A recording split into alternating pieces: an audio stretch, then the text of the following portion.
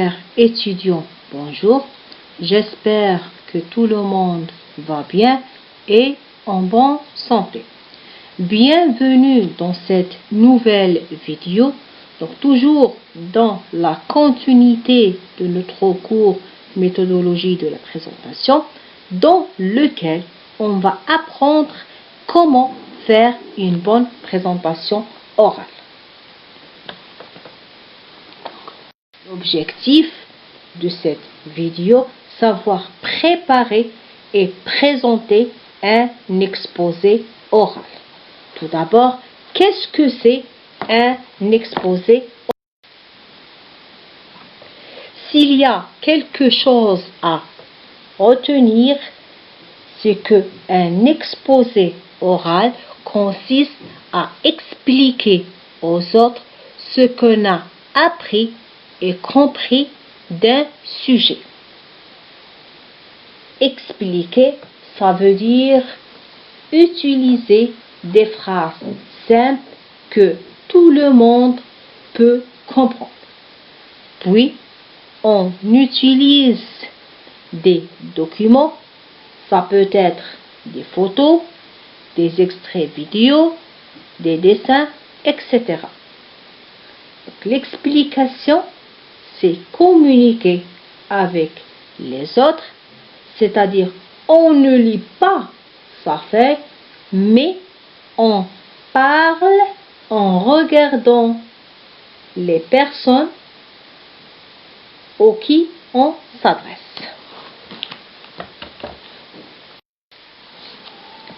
Donc, en 5 étapes, on va savoir comment présenter un exposé. Donc, A. Effectuer une recherche documentaire. B. Établir un plan de présentation. Donc, c'est la deuxième étape. C.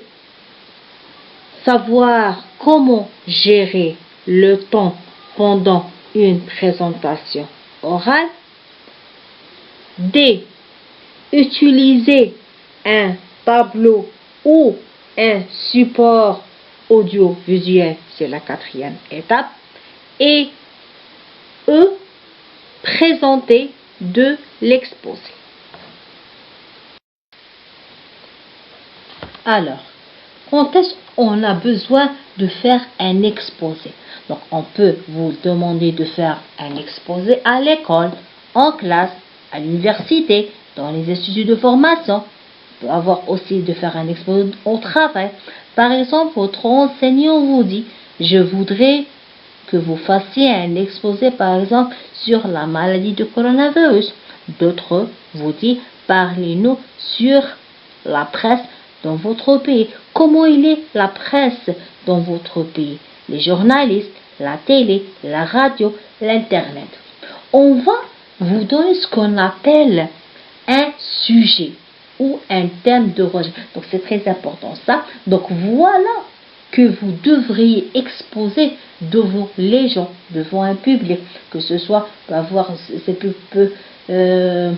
peut-être vos camarades en classe ou bien un public divers. Donc la première chose à faire dès que vous avez votre thème, dès que vous avez votre sujet, c'est d'abord vous lisez.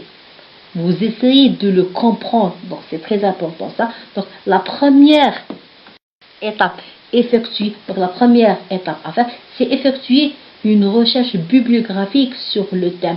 Il faut chercher des documents qui ont une relation avec votre sujet, des documents qui parlent sur le sujet. Donc ces documents peuvent être des livres, des articles des journaux, des extraits de manuels. Vous pouvez aussi prendre des notes lors d'une conférence, par exemple. Donc une chose très importante, c'est que il ne faut pas oublier les références, car cela peut éviter ce qu'on appelle le plagiat. Donc, qu'est-ce que c'est le plagiat? Donc, le plagiat est en fait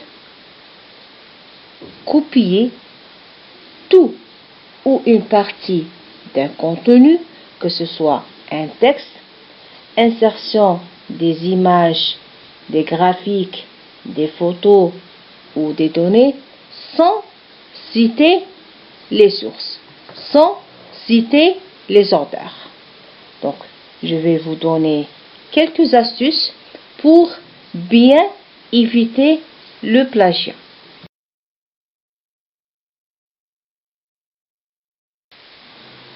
Donc, premier point, assurez-vous de bien comprendre la documentation que vous avez utilisée.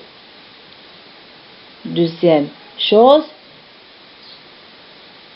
vous devez absolument mettre le texte extrait entre guillemets en indiquant la référence. Et troisième chose, utilisation des logiciels anti-plagiat, par exemple Plascan, permettant la vérification de votre document. Donc, il faut toujours, n'oubliez pas l'expression, il faut rendre à César ce qui appartient à César. Donc, après la recherche documentaire, on va passer dans la deuxième étape d'une présentation d'un exposé oral qui est établir un plan de présentation. Donc, comme vous savez, pour chaque exposé, il y a un plan de présentation constitué d'une introduction, un développement et une conclusion.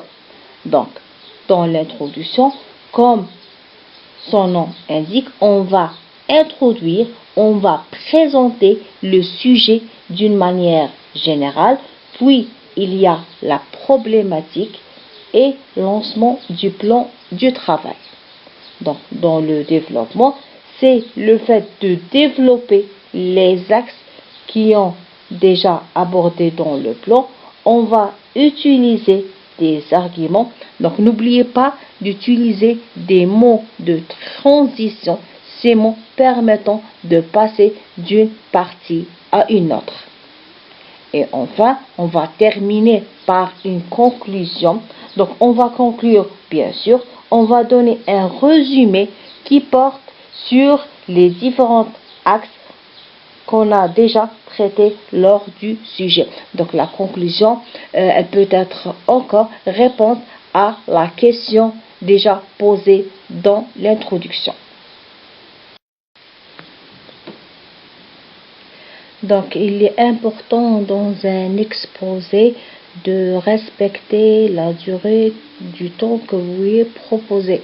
Donc, une répartition équitable de la parole pendant la présentation. Donc, si l'exposé est très long, vous risquez que les gens ne vous écoutent plus.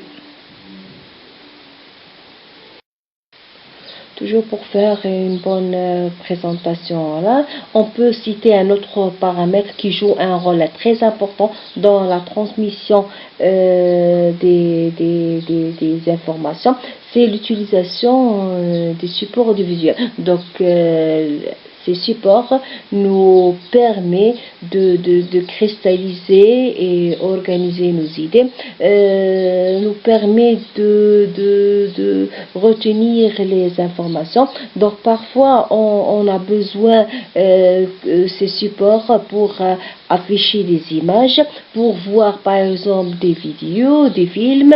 Donc ces supports nous permettent de bien transmettre les informations. Donc l'utilisation de l'image et le son en même temps nous permet de faciliter la transmission plutôt des informations et l'efficacité de notre présentation. Donc on ne fait pas que parler. Donc si on peut faire une bonne présentation, donc l'utilisation des supports nous permet de focaliser l'attention et capter totalement l'attention de notre public. Donc, je note que le choix du matériel audiovisuel utilisé dépend de la méthode pédagogique utilisée dans l'exposé. Soit s'il s'agit d'un cours magistral, un diaporama, un poster. Je note que pour les diaporamas, on utilise un logiciel PowerPoint pour faire notre présentation. Donc, à titre exemple des supports audiovisuels utilisés, on peut citer les lecteurs CD, les tableaux, projecteurs datashow ou rétroprojecteur. Attention, un exposé bien documenté et bien organisé peut être mal présenté et peut perdre une partie de son intérêt qui, si on néglige quelques conseils que je pense qui sont nécessaires pour réussir et pour faire une présentation orale. Maintenant, pour faire une bonne présentation, il y a des choses à faire et des choses à éviter. Donc, première chose, il faut bien se préparer. Donc, la préparation se fait par la bonne maîtrise du thème. Il faut bien maîtriser votre thème, votre sujet. Il faudra répéter plusieurs fois votre exposé. Donc, la deuxième chose, vous parlez lentement et fort. Vous prenez votre temps. Il ne faut pas vous énerver. Il faut aller tranquillement.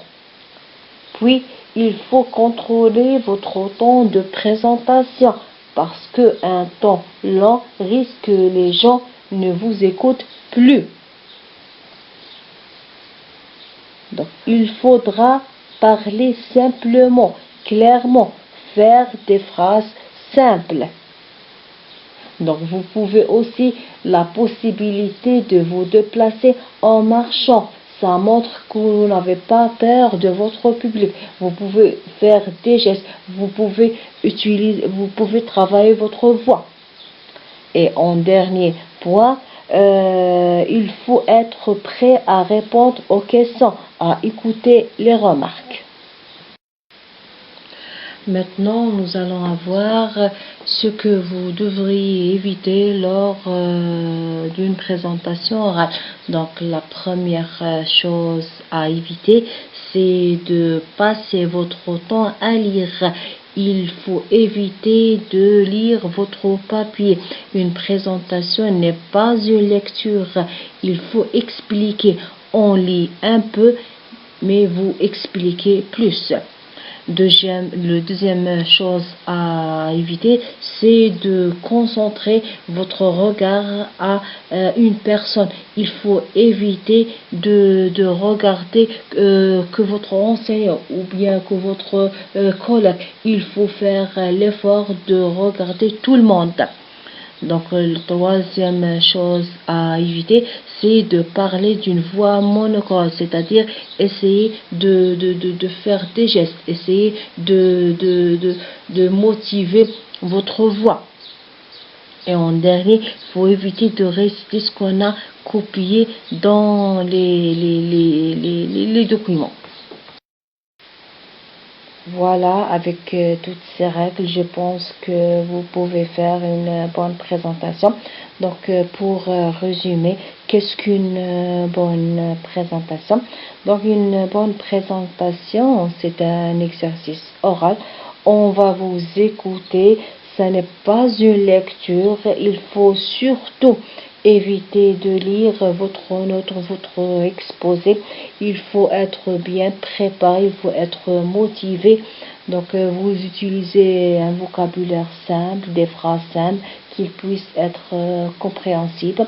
Donc vous utilisez des supports visuels pour qu'ils se rattachent avec votre présentation. Investir du temps et des efforts dans l'amélioration d'une présentation est toujours récompensé. Voilà, chers étudiants, je pense que cette vidéo peut vous aider à bien préparer une présentation. Donc, si vous avez des questions, des remarques, quelque chose à ajouter, n'hésitez pas de m'envoyer votre remarque, votre question sur ma boîte mail. Donc, merci à vous et à la prochaine vidéo.